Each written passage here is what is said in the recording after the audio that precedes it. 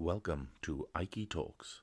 Real stories, real practice, real Aiki. Welcome to part 3 of our Easter School reflection. So we're now on the second day.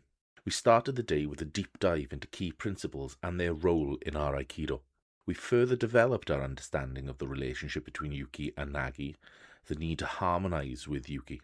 This was developed into an exercise that focused on walking Yuki by extending ki, not dragging Yuki. Soke explained that our focus needed to be in the direction we are moving. He often says about looking up in technique, not looking at the person. Shihan Smout actually mentioned something similar in one of his sessions where he says that I know where Yuki is, I'm holding on to them, I can now look to where I need to go. Explaining the influence of Toei sensei in our technique at this point, this unification of mind and body is important. How can you move forward in body if your mind is left behind? We then did a fun exercise where Soke explained that voice is an expression of your ki.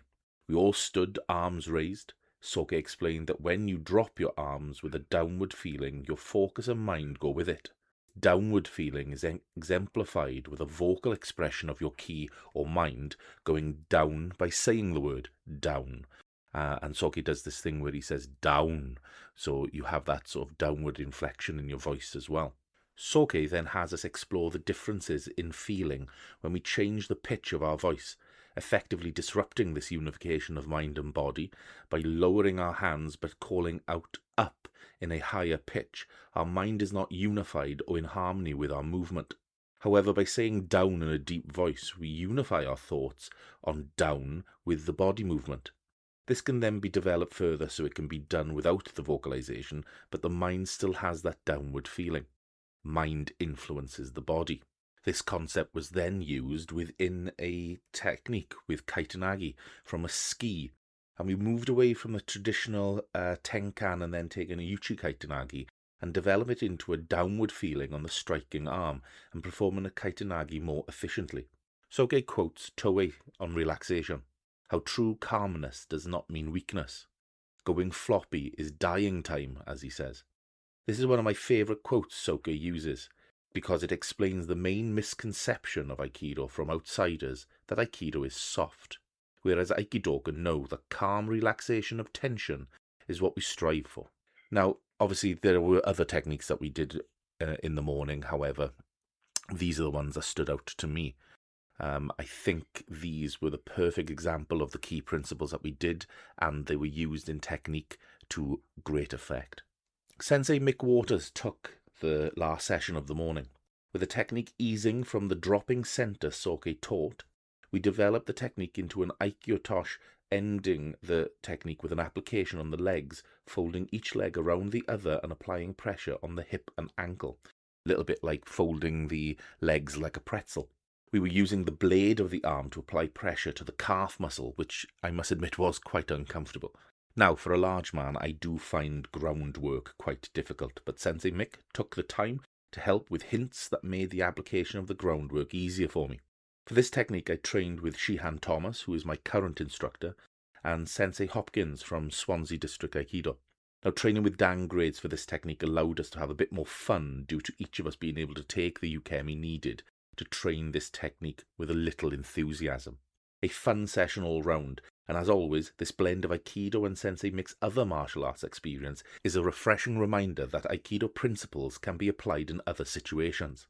Shihan Smout took the first session this afternoon. Under his instruction, we continue to develop the concepts taught by Soke yesterday. Once again, Shihan Smout emphasized the need for committed attacks. This calls back to the concept of harmonizing energy, which is easier when both Yuki and Nagi commit to the practice. Shihan Smout instructed us with an interesting stranglehold from Shianagi. We also did a defense from a kick after you've thrown Yuki in a kotegish, where we then did a ankle sort of lock and lifted up to apply pressure to the calf. These technique finishers continued the theme Sensei Mick introduced before lunch, and shows how, despite different interpretations of technique, Shingitai Aikido is adaptable. Shihan Smout then ended his session by instructing in a kokenagi from Yokomen, using a slight slingshot feeling of Yuki to prepare for the kokenagi and throwing down and not out. I was fortunate enough to be asked to yuki along with some others. Now, my days of being a good yuki may not be 100% behind me, but as I am a large man, and I'd say one of the largest on the mat currently, me being used as yuki demonstrates that the technique works on anyone, because the principles are all there. I like this in an instructor, as often misinformed aikidoka may believe that light, fit young yuki are being thrown with strength, whereas a larger yuki requires the technique to be technically correct to work, as using strength to fight through the technique doesn't always work on someone who's bigger than you. That being said, the first yukemi felt like an age. I remember flying through the air for what seemed like tens of seconds, when in reality it was over in the blink of an eye, showing that with technical proficiency, yuki becomes weightless and the throw more effortless, a state we all hope to achieve. We then ended the day with Soke focusing on applying key principles to our technique. The purpose of our exercises is to develop these understandings and apply to our techniques, something that can be forgotten in the moment when training, but by practicing these key principles within techniques and understanding where the exercises come from, we can only develop our technique to greater efficiency. We continued this by revisiting the kokunagi again from the first day, where we attacked the back hand from a yokomen and continue in the circle. Again, Soke put us through our paces with an aerobic end of the session. The atmosphere on the mat was excellent.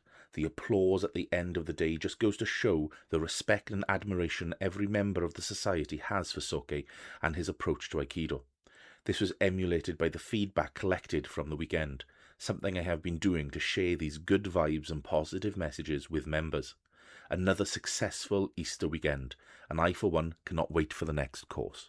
In our next episode, I will be discussing visiting an Aikido club outside the society and the differences and similarities we have.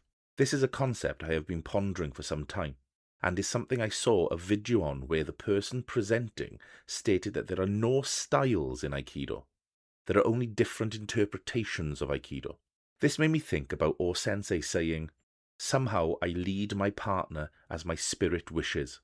Martial arts are not something you do by choosing a form. Technique differ depending on the particular circumstances."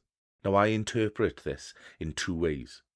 True Aikido technique is a result of your spirit in the moment, and the other way is every person interprets the moment in different ways.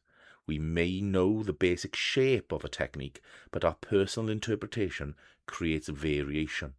As a method of teaching, this is where style comes from. It is a pedagogy of Aikido instruction. However, this is a concept we can discuss at length again. Thank you for joining me for AikiTalks.